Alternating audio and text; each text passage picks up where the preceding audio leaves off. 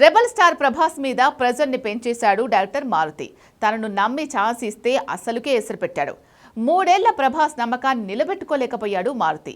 నిజానికి 10 కేజీల బస్తా ఎత్తలేని వాడి మీద టన్నుల కొద్దీ బరువుండే కంటైనర్ని పెడితే నలిగిపోతాడు. సో ఆ రేంజ్లో ఇమేజ్ ఉన్న ప్రభాస్ క్రేజ్ని మారుతి లాంటి దర్శకుడి మీద పెడితే కూడా అదే జరిగిందా? పాన్ ఇండియా కింగ్ అనిపించుకున్న ప్రభాస్ దర్శకుల విషయంలో మోసపోతూనే ఉన్నాడా? తనకి నష్టం కలిగించేలా చేసిన సినిమాలన్నీ అనుభవం లేని దర్శకుల మేకింగ్లో వచ్చినవే. వాటికి తోడు ఆర్ సెంటిమెంట్ కూడా తన మీద పగబట్టింది అంటున్నారు. అసలు ఆర్ అన్న అక్షరంతోనే రెబల్ స్టార్ అన్న బిరుదు మొదలవుతుంది. అది బాగా కలిసొచ్చింది. అలాంటిది అదే ఆర్ సినిమాకు పెడితే ఎందుకు పంచపడుతోంది?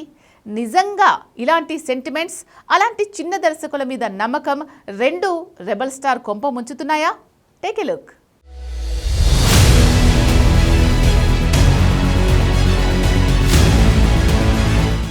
రెబల్ స్టార్ ప్రభాస్ నిజంగా తన పర్ఫార్మెన్స్తో, స్కిల్స్తో ఫ్యాన్స్ని సంపాదించుకున్నాడు. ఇక తన మంచితనంతో డైహార్ట్ ఫ్యాన్స్ని సంపాదించుకున్నాడు.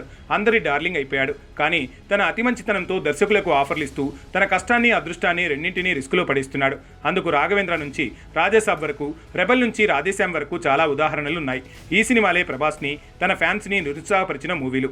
విచిత్రం ఏంటంటే ఇందులో కథాలోపం ఉండొచ్చు, మేకింగ్ బాలేక మేకర్ తప్పు చేసి ఉండొచ్చు. అయినా ప్రభాస్ ప్రెజెన్స్ మాత్రం కొన్ని సీన్స్లో దుమ్ము దులిపింది. తన క్రేజ్, ఇమేజ్ ఏంటో తెలిసే చేస్తుంది. ఎలా చూసినా ప్రభాస్ వల్ల ఒక నార్మల్ సీన్ ఎక్స్ట్రాడినరీగా మారిపోతుంది.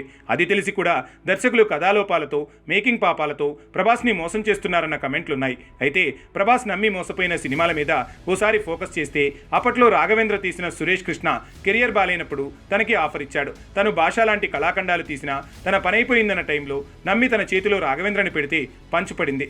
అలానే దర్శకుడిగా హిట్ కొట్టాక వెంటనే ఫెయిల్యూర్స్ ఫేస్ చేసిన టైంలో రాఘవ లారెన్స్ డీలా పడ్డాడు. అలాంటి టైంలో తనని నమ్మితే రెబల్ డిసప్పాయింట్ చేసింది.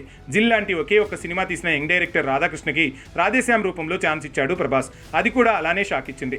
1 ప్రయోగాలు చేసిన ఓం రౌత్ని నమ్మి ఆదిపురుష్ చేస్తే అది పంచుపడేలా చేసింది.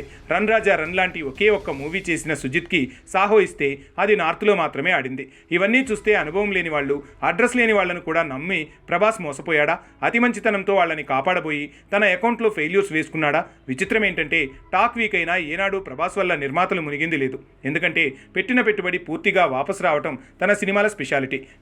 అయితే తన కెరియర్లో ఎక్కువ ఫెయిల్యూర్స్ ఆర్ అన్న అక్షరాలున్న టైటిల్స్ వల్లే వచ్చాయంటున్నారు. రెబల్, రాధేశ్యామ్, రాజాసాబ్, రాఘవేంద్ర.